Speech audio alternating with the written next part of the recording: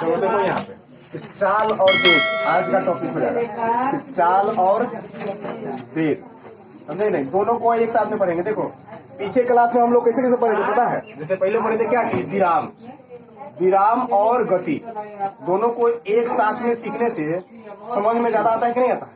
ये दोनों एक दूसरे का विपरीत लगता है। विराम और गति पढ़े, विराम और गति पढ़े। उसके बाद क्या पढ़े हम लोग?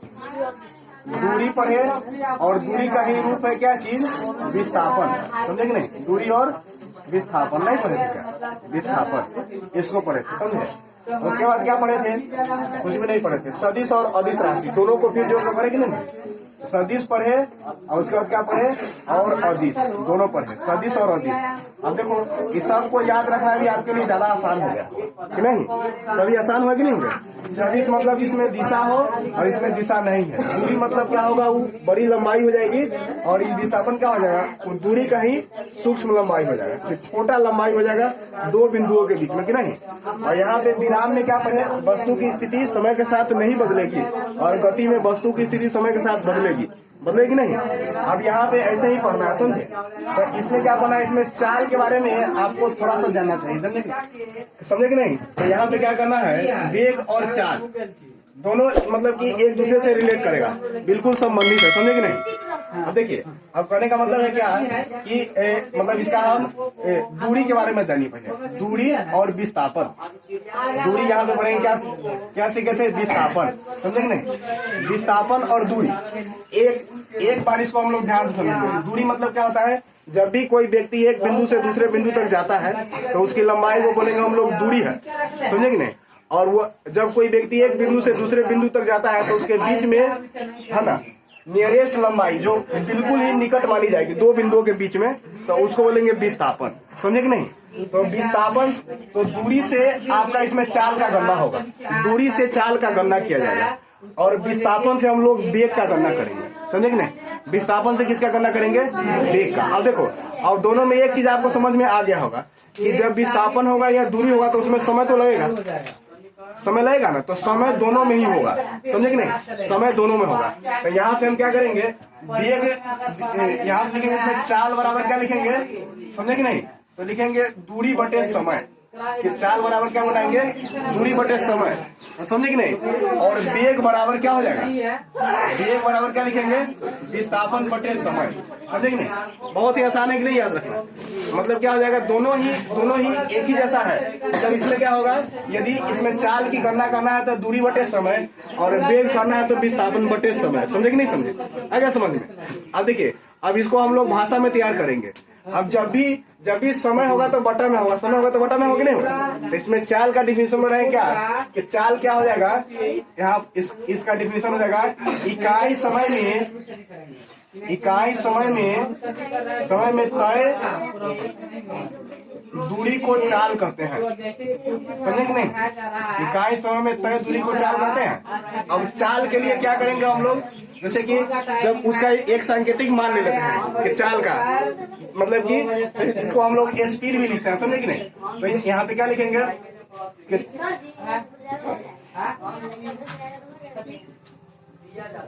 स्पीड बराबर, समझे कि नहीं? तो ये क्या हो गया आपका? मतलब कि इसको लिखेंगे डिस्टेंस, दूरी को आप इसे इंग्लिश में क्या लिख सकते हैं? डिस्टेंस अब बटा यहाँ पे समय को तो टाइम लिखते कि नहीं लिखते हैं? समय को टाइम लिखते हैं, समझे कि नहीं? तो यहाँ पे क्या करना है? तो v बराबर क्या लिखेंगे? एस बटे टी, ये आपका हो जाएगा फॉर्मूला। v बराबर वेग और चाल के लिए संकेत एक ही होगा, एस बटे टी, मतलब कि चाल बराबर दूरी बटे समय। आ गया समझ में? कि चाल बराबर दूरी बटे समय। और वो क्या है? जब भी कोई बटा में लिखा जाता है तो उसको इकाई पढ़िएगा, समझे कि नहीं? इकाई, तो इकाई समय में तय दूरी को चाल कहते हैं। हो गया कि नहीं हो गया? और इकाई समय में तय दूरी को क्या कहेंगे? इकाई समय में तय विस्थापन को, इकाई समय में तय विस्थापन को वेग कहते हैं। ऐसे नहीं बोल सकते क्या? अब इसको हम ऐसे बोले, समझे कि नहीं?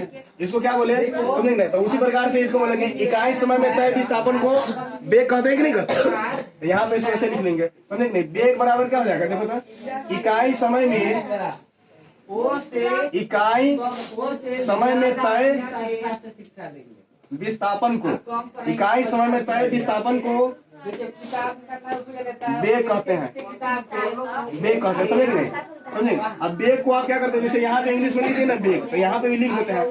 तो बेग आपका क्या हो जाएगा? बेग मतलब क्या हो जाएगा? वेलोसिटी, समझे कि नहीं? वेलोसिटी, वेलोसिटी बेग बराबर क्या हो जाएगा? विस्थापन। तो विस्थापन को मतलब लिख सकते हैं, तो हिंदी में लिखिए दिया, विस्थापन को लिखेंगे डिस्प्लेसमेंट। अब यहाँ आपको ऐसा नियम लगाया जाए, डिस्प्लेसमेंट बाई टाइम, समझे कि नहीं? डिस्प्लेसमेंट बाई टाइम, विस्थापन बते समय। तो इकाई समय में तय दूरी क्या कहलाएगी? चाल कहलाएगी, और इकाई समय में तय विस्थापन बेग कहलाएगा। आगे समझ में, एक ही लाइन में नहीं याद हो जाएगा। इकाई समय में तय दूरी चाल, इकाई समय में तय विस्थापन बेग। आगे समझ में, तो इसका भी फॉर्मूला क्या हो जाएगा? v बराबर s/t। सांकेतिक तौर पे दोनों दूरी ही है, मतलब कि बेग और विस्थापन दोनों एक ही जैसा है कि नहीं? अब देखिए, अब इसमें आप क्या पढ़े थे पीछे क्लास में? पीछे क्लास में पढ़े थे, समझे कि नहीं? तो दूरी जो होता है वो कैसा राशि है? दूरी में मतलब दिशा की जरूरत नहीं होती है, वो किधर में भी जा सकता है। मान लो का हम यहीं पे घूम लेते हैं थोड़ा सा, तो दूरी हो गया कि नहीं हो गया? तो यहाँ पे क्या करेंगे, यह क्या हो जाएगा कि अदिश राशि हो जाएगा, समझे कि नहीं? अदिश राशि हो जाएगा। राशि कैसी होगी? तो ये क्या हो जाएगी? अदिश, समझे कि नहीं? और इस ई कैसा राशि हो जाएगा? विस्थापन। विस्थापन में तो आप पढ़ लिए थे, तो ये क्या हो जाएगा? राशि कैसा हो जाएगा? सदिश। इस आपका हो जाएगा सदिश राशि, समझे कि नहीं? सदिश राशि। अब सदिश राशि में आप पहले सीखे थे क्या? सदिश राशि होगा तो इसमें सदिश राशि में क्या क्या चीज होता है? सदिश राशि में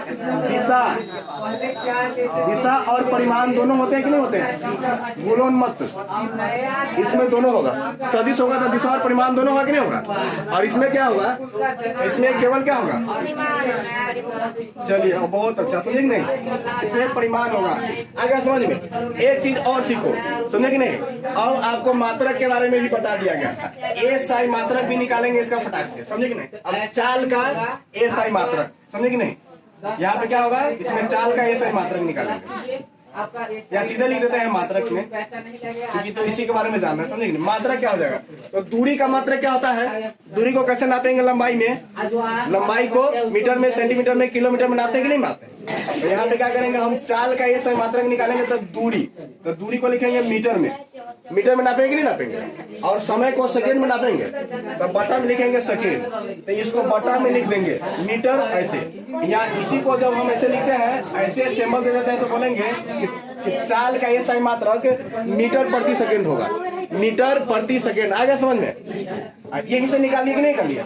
अब देखो, ये भी तो दूरी ही है, विस्थापन भी दूरी है, तो उसका भी मात्रक सेम हो जाएगा। तो इसका मात्रक क्या हो जाएगा बोलो तो तुम लोग? इसका भी मात्रक तो ही होगा ना, विस्थापन भी तो दूरी है और समय का तो सेकेंड होगा, सेम मात्रक दोनों का हो जाएगा, दोनों को सेम नापेंगे। इसका मात्रक भी क्या हो जाएगा? मीटर प्रति सेकेंड। दोनों का मात्रक सेम हो कि नहीं हो गया? अब दोनों में कोई अंतर है क्या? बिल्कुल अंतर है। दोनों में डिफरेंस क्या हो गया? ये यहाँ पे जो हो जाएगा, ये दूरी से ज्ञात होगा, समझे कि नहीं? इसमें चाल की गणना दूरी से की जाती है और बेग की गणना विस्थापन से की जाती है। पहला अंतर ये होगा कि नहीं हो गया? दूसरा में देखो, इसमें क्या होता है? यह कैसी राशि है? अदिश राशि है, और ये कैसा राशि है?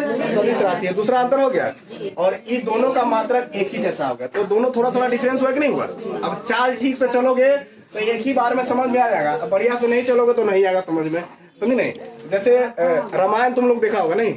रामायण में शूर्पणखा के चाल ठीक नहीं था क्या? लक्ष्मण जी के साथ में लगी हमसे विवाह कर लो, लक्ष्मण जी को गुस्सा आया, उसका पूरा सत्यानाश कर दिया, नाक झोंटा काट के, समझे नहीं? तो उसका चाल खराब नहीं कर दिया, शूर्पणखा का चाल बढ़िया नहीं था। इसलिए लाइफ में चाल भी अच्छा से चले कि नहीं? तो यहाँ से क्लियर हुआ, इसको आप लिख लो, बहुत ज्यादा नहीं लिखाते हैं, एक ही बार में याद कराते हैं।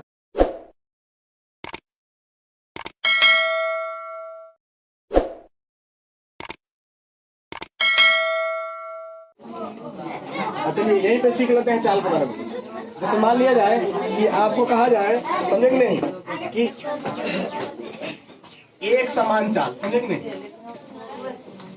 एक समान चाल, एक समान चाल के बारे में जानते हैं एक चीज।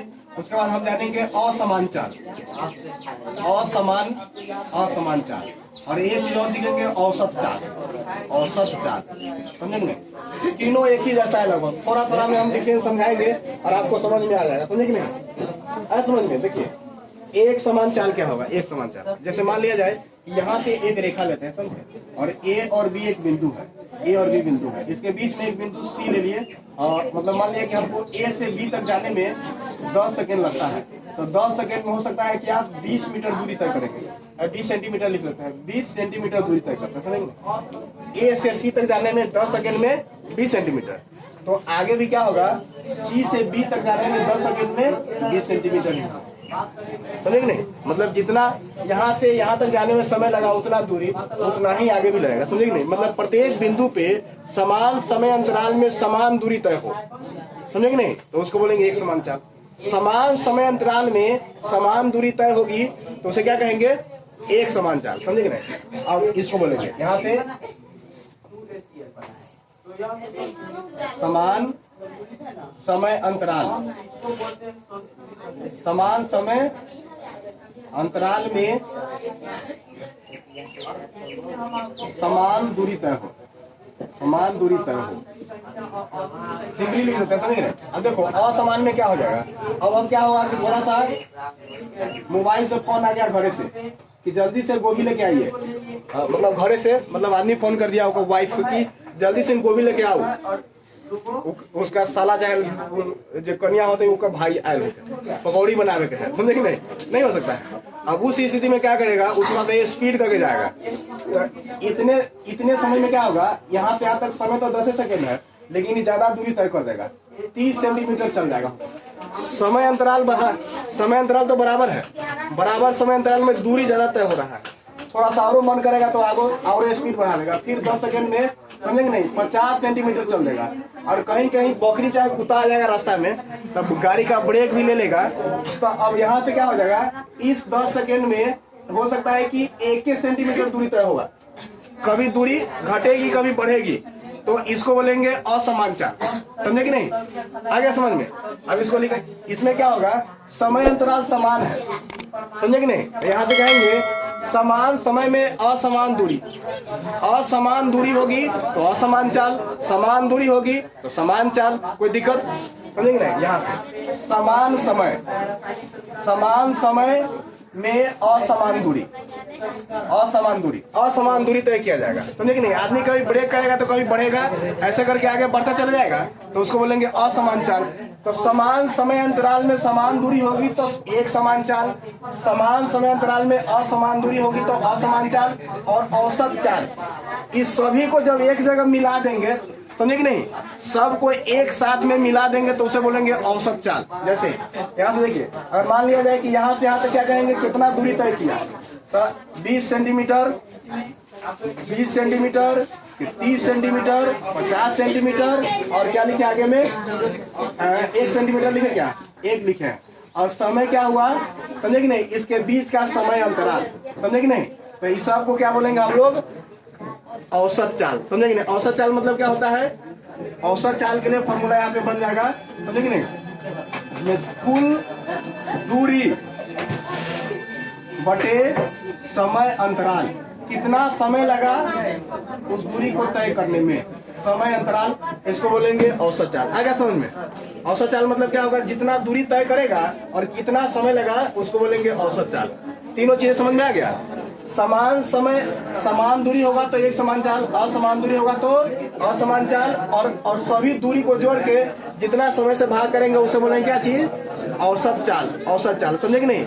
जैसे मान लिया जाए कि बस से जब कोई मुजफ्फरपुर जा रहा है गाड़ी से, समझे कि नहीं, तो गाड़ी कहीं रुकेगा कहीं जाएगा तो उसको हम लोग औसत चाल बोल देते हैं, औसत चाल, कि ज्यादा से ज्यादा कितना स्पीड होगा गाड़ी का, 40 से 50 किलोमीटर प्रति घंटा, ऐसे नहीं बोल देते हैं कि 40 से 50 किलोमीटर प्रति घंटा इतना हो सकता है, इतना स्पीड हो सकता है कि बस 80 किलोमीटर की स्पीड में चला होगा, नहीं चला होगा, या कभी कभी स्लो हुआ होगा, स्टार्टिंग में 10 किलोमीटर प्रति घंटा होगा, नहीं होगा, तो हम उसको एवरेज बोल देते हैं, औसत चाल में बोल देते हैं कि इतनी स्पीड से गई है कि नहीं, तो इसको बोलेंगे औसत। तो औसत कैसे निकलेगा, सभी दूरी को जोड़ लेंगे और समय अंतराल से भाग करेंगे तो औसत निकल जाएगा, जो आपको बता दिए। आगे समझ में। अब इसमें क्या है कि इसमें कुछ वस्तुओं के औसत चाल आपको जानने हैं, समझे कि नहीं। जैसे कि यहाँ पे देखो तो, जैसे यहाँ पे कछुआ के औसत चाल लिखता है, इसमें कछुआ के, समझे कि नहीं। तो इसका स्पीड क्या होता है, औसत में आपको बता दिया कि 0.1 मीटर प्रति सेकेंड, समझे कि नहीं, 0.1 मीटर प्रति सेकेंड, समझे कि नहीं। उसके बाद मनुष्य का हो गया, मनुष्य आदमी कैसे चलता है, आदमी औसतन चल रहा है कितना, समझे कि नहीं, तो 1.5 मीटर प्रति सेकेंड, 1 सेकेंड में इसे चल जाएगा 1.5 मीटर ना, हो गया, यहाँ से चल जाएगा 1.5 मीटर, समझे कि नहीं। ऐसे ही कुछ आगे में भी बुक में आप स्टडी कर लीजिएगा, उसमें बता देंगे, समझे कि नहीं। आ गया बाज के औसत चाल दे रहे हैं, बाज के आपको है मतलब कि 42.2 मीटर प्रति सेकेंड, समझे कि नहीं। उसके बाद यहाँ पे देख लो प्रकाश के चाल होता है। प्रकाश जैसे सूर्य का प्रकाश अपना से गैस में मतलब कि सूर्य से निकल के यहाँ पे आ रहा है नजदीक, तो इसका हो गया कि 3 × 10⁸ मीटर प्रति सेकेंड। इसको आप गुना करेगा तो लाखों में हो जाएगा, समझे कि नहीं। 3 × 10⁸ मीटर प्रति सेकेंड यहाँ पे प्रकाश की औसत चाल हो जाएगी। वायु की चाल आप देख लो, वायु की चाल कुछ में लिख दिया यहाँ पे, मतलब कि हो जाएगा ध्वनि, यहाँ पे हो जाएगा 89 हो जाएगा हवा की चाल, 89 मीटर प्रति सेकेंड। और ध्वनि की चाल कितनी हो जाएगी, ध्वनि की चाल आपका हो गया 332 मीटर प्रति सेकेंड। ये आपका हो गया इसमें चाल, समझे कि नहीं। कुछ औसत चाल यहाँ पे नोट कर दिए, तो ये सभी चीजें आपको समझ में आ गया है। इसको आप लोग जल्दी से रफ में लिख लो।